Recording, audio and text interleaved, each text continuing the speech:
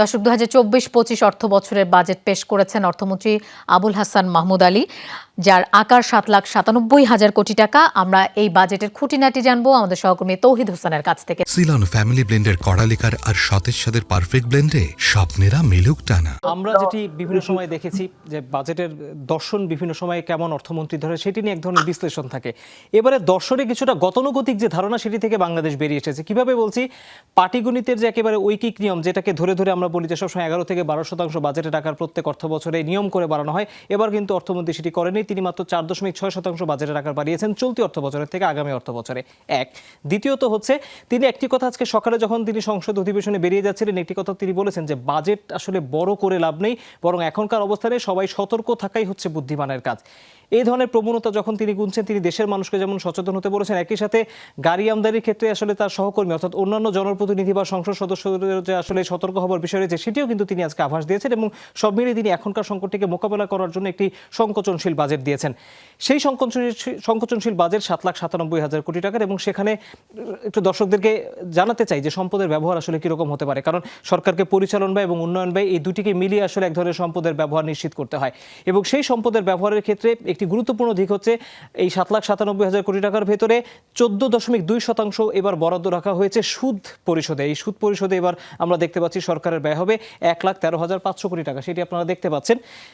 ঠিক তারপরের ক্ষেত্রে ব্যবহার হবে শিক্ষা ও প্রযুক্তি খাতে অর্থের যে ব্যবহার সেটির ক্ষেত্রে বরাদ্দ রাখা হয়েছে ১৪% অর্থ ১,১১,১৫৬ কোটি টাকা। অর্থাৎ সবকিছুকে ছাপিয়ে আপনারা দেখতে পাচ্ছেন যে যেহেতু সরকারকে এক ধরনের তাড়ানো সংকট বা অর্থের সংকটের ভেতর দিয়ে যেতে হচ্ছে, সেই সংকট মেটানোর জন্য সরকারকে ঋণ নিতে হচ্ছে এবং সেই ঋণের সুদের জন্যই যে আসলে একটি বড় অর্থ ব্যয় হয়ে যাবে সেটি কিন্তু এখানে স্পষ্ট।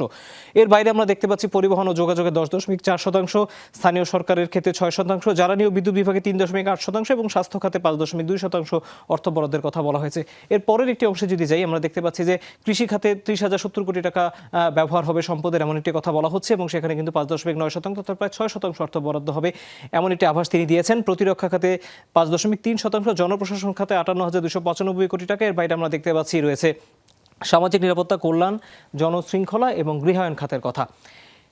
এই বাজেট নিয়ে যখন এবার আলোচনা চলছিল তখন একটি বিষয় কিন্তু বারবার আলোচনায় হচ্ছিল, বিশেষ করে কোভিড-১৯ পরবর্তী সময়ে কিন্তু এই কথাটি বারবার এসেছে যে স্বাস্থ্য খাতে বরাদ্দ এবং শিক্ষা খাতের বরাদ্দ আসলে কেন বাড়ে না। স্বাস্থ্যের কথাই যদি বলি, স্বাস্থ্য খাতে বরাদ্দ কিন্তু স্বাস্থ্য সেবা এবং স্বাস্থ্য শিক্ষা এই দুটি খাত মিলিয়ে একটি খাত বানিয়ে কিন্তু বরাদ্দ দেওয়া হয়। চলতি অর্থ বছরে কিন্তু বরাদ্দ রাখা হয়েছিল ৩৮,০০০ কোটি টাকার মতো।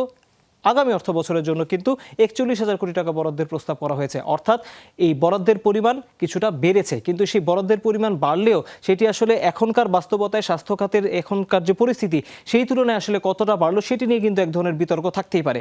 ঠিক একইভাবে শিক্ষা খাতের বরাদ্দের কথাই যদি আমরা বলি, আমরা একটু পরের অংশে যেতে চাই। শিক্ষা খাতের বরাদ্দে আমরা দেখতে পাচ্ছি যে আমরা প্রায় ৫.২% শিক্ষা খাতের বরাদ্দটি আমাদের কাছে রয়েছে, যে ৫.২% বরাদ্দ এবার করা হয়েছে এবং এর আগের অর্থ বছরে আমরা এই চলতি অর্থ বছরে আমরা দেখেছিলাম যে ৪.৬% বরাদ্দ রাখা হয়েছিল, অর্থাৎ ১১.৫২% বরাদ্দ রাখা হয়েছিল শিক্ষা খাতে চলতি অর্থ বছর। আগামী অর্থ বছরের জন্য ১১.৮% বরাদ্দের কথা বলা হয়েছে।